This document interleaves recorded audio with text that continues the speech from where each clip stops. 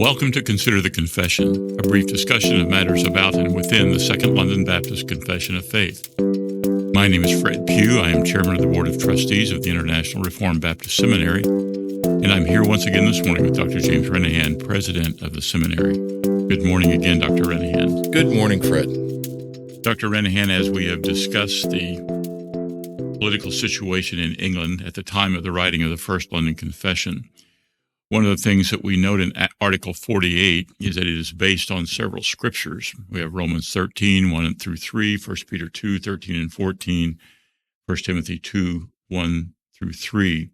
I wonder if you might comment on why those scriptures are important, why the framers of the confession thought it necessary to include those, and what does the phrase "in all lawful things" refer to? Well, this is a good example of how in confessions, oftentimes language of the Bible will be put together to make a point. Of course, the Bible is the ultimate authority. The confession isn't. But when it makes reference to the Word of God, it's giving us their understanding of what these texts are all about. So Romans 13 is the classic passage that deals with the civil magistrate. 1 Peter 2, 13 and 14 is another text, and 1 Timothy 2, 1 through 3. All three of these are texts in the New Testament that give us some instruction about how we are to live in terms of the civil magistrate, the political circumstances of the day. And that's why they're so important, because they're not simply giving opinions about the way that we are to live in society, but rather allowing the Word of God to give us direction in the way that we relate to those who are over us, appointed by God. In the Article 48, it uses the term "in all lawful things," referring to our subjection to these authorities. Could you comment on what that phrase, what does it refer? That's a really important phrase here. The article opens up by asserting the fact that the civil magistrate is an ordinance of God. That's simply what Paul says in Romans 13. But when you come down, it's about the second sentence in the paragraph. In all lawful things commanded by them, subjection ought to be given by us in the Lord, not only for wrath, but for conscience sake. Well, that flows out of the whole history that we've talked about already, in that the king and the bishops, remembering that church and state were wedded together, had demanded many unlawful things of the churches. It can be traced back to the need for the separatists in the 16th century. It goes back to the Book of Sports and the imposition of requirements that would violate their consciences on the Sabbath day.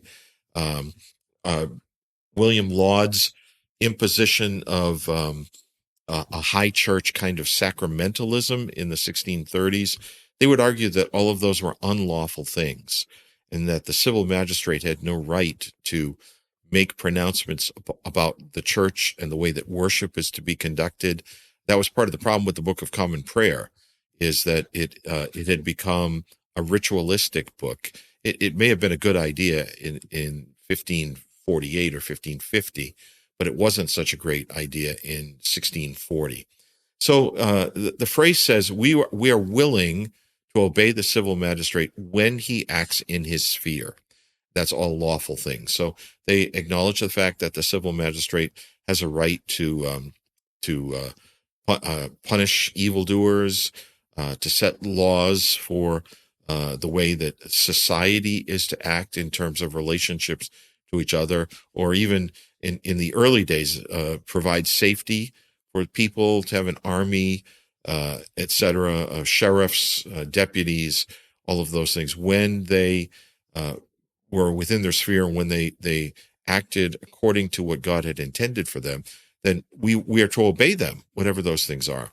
But when they intrude upon the church and the worship of God, we have no obligation to obey them at that point. So they were wanting to demonstrate that, yes, they were in subjection to the civil government. That's right. But only insofar as it did not violate God's law. That's right.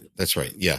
And we'll see that as we work our way through these articles, that's how they consistently speak about them. They want to do what they understand God commands them to do. The fifth commandment, honor your father and your mother, is very important here because in the historical, traditional expositions of that commandment, it's not just the family, but the family serves as a model for society as a whole. For all spheres of authority. That's right. That's right. So to obey the civil magistrate in lawful things is to obey the fifth commandment.